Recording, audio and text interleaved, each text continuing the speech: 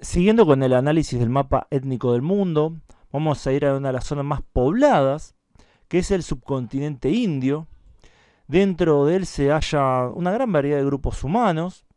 A veces también esta área es llamada Asia del Sur e incluye distintos países. Tenemos a Pakistán, tenemos a la India, que es el país más grande. Tenemos también a Nepal, a Bután y a Sri Lanka. Vamos a empezar diciendo, bueno, el esquema de colores, los grupos que sean justamente de esta zona, originarios de esta zona, estarían en violeta, distintos grupos indios. Bueno, y en naranja estaban los grupos iranios y en amarillo los grupos asiáticos, distintos grupos asiáticos. Si empezamos por Pakistán, que previamente había hablado de Pakistán, tenemos que es un país dividido étnicamente. La mitad occidental está habitada por pueblos iranios, como los baluches y los pashtunes. Pero ya en esa área podemos ver que hay algunos grupos indios, como son los Brahui, que de hecho son un grupo que habla dravidiano, una lengua dravidiana, y sería el grupo dravidiano más occidental. De hecho, inclusive hay algunos que viven en Afganistán. Ya en el este de Pakistán tenemos ya otros grupos, como pueden ser los Sindhi y los Panjabíes, que de hecho se encuentran en la India también, pero la diferencia es que mientras que en Pakistán son musulmanes, en la India son de la fe Sikh, en muchos casos. Tenemos en el norte de Pakistán y la India una zona muy diversa étnicamente, en la cual habitan algunos pueblos que son llamados dárdicos o de lenguas dárdicas, que de hecho hablan idiomas indoiranios, como en todo el norte de la India. Hay distintos grupos, uno de los más importantes son los Shina, también muy cerca ahí están los Nuristanis. Y bueno, hay una gran diversidad de grupos, en realidad, diversos grupos étnicos, agrupados en lo que serían los dárdicos en este caso.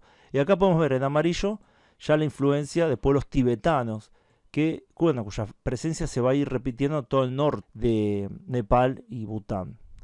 Ya pasando a la India en sí, tenemos que el norte de la India está habitada en gran parte por grupos hindustanis. Estos grupos son de hecho el mayoritario si los tomamos en conjunto, superando las 600 millones de personas. Después tenemos otros, como por ejemplo los gujaratis, conocidos en la India por ser comerciantes, tienen una identidad particular. Vemos también en más oscuro acá algunos grupos que de hecho no hablan un idioma indoario, sino que hablan un idioma austroasiático relacionado con, por ejemplo, el camboyano, que son los munda. Estos son vestigios de migraciones antiguas que mantuvieron su idioma a pesar de que genéticamente son parecidos a sus vecinos indios y no obviamente a la gente del sudeste asiático. Pero están ahí todavía. Después también tenemos en el este los bengalíes, algunos están en Bangladesh y otros están en la India. Lo que varía, al igual que con los punjabis, es que en Bangladesh son musulmanes y en la India son hindúes. Si vamos a Nepal tenemos claramente la presencia de dos macrogrupos. En el norte los grupos tibetanos, más asiáticos, budistas en general. Y ya más al sur grupos hindúes, aunque hay también budistas, y que tienen una etnia más india. Algo similar pasa en Bután, pero lo que pasa en Bután es que es mucho más grande el componente tibetano. Los grupos indios son más pequeños y la verdad que son bastante discriminados, hay que decirlo. Bueno, ya que estamos acá, podemos hablar del este de la India, el estado de Assam, bueno, las siete hermanas se llama.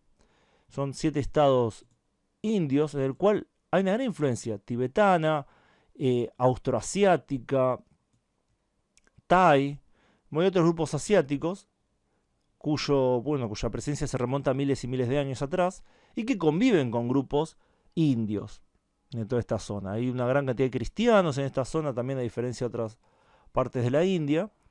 De hecho es el lugar donde más se concentran los cristianos. Y tienen características que lo distinguen del resto de la India, pero por otro lado también están unidos a la India porque hay una gran cantidad de hindúes y también, bueno, geopolíticamente les conviene estar con la India. Si vamos al sur, tenemos que al sur de la India están los grupos dravidianos, que se piensa que están más relacionados con los grupos anteriores a las oleadas indoarias.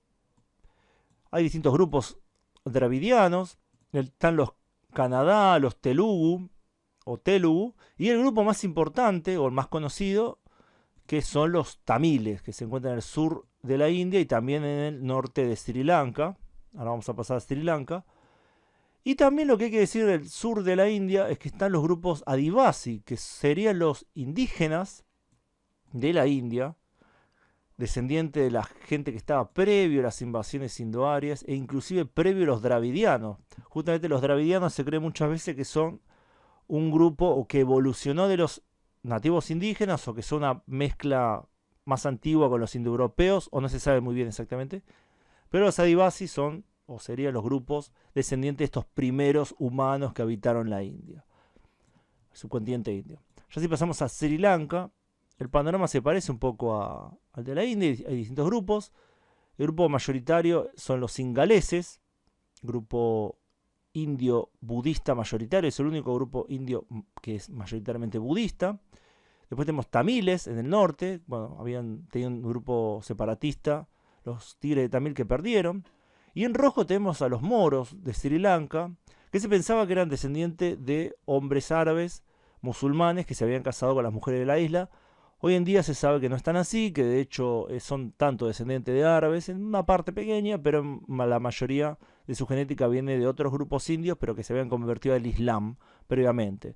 También se pueden ver algunos grupos de Asia Oriental, ahí en amarillo, en distintos lugares de Sri Lanka. En algunos lados está. Así que bueno, tenemos que el panorama humano de la India... bueno, por último, sí, me olvidé. Bastante alejado, pero que se considera que pertenece a este mundo étnico, están las islas de Andamán, donde están los andamaneses.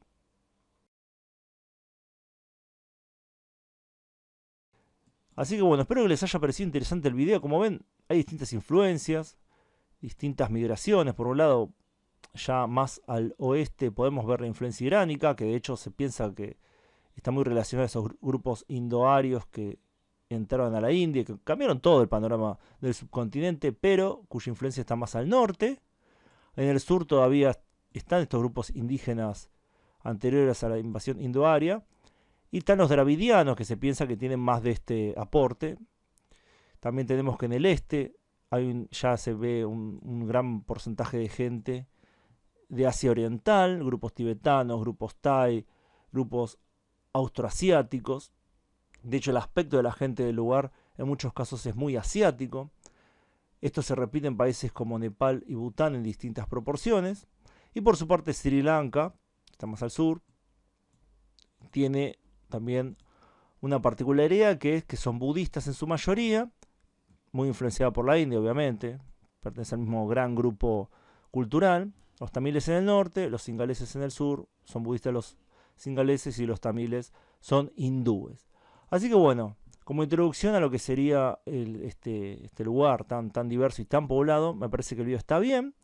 Pongan los comentarios qué les pareció el video, qué grupos les hubiera gustado que nombrara, y si les interesaría que en algún momento yo hiciera un video hablando en más profundidad sobre este tema, sobre alguno de estos países o sobre todos.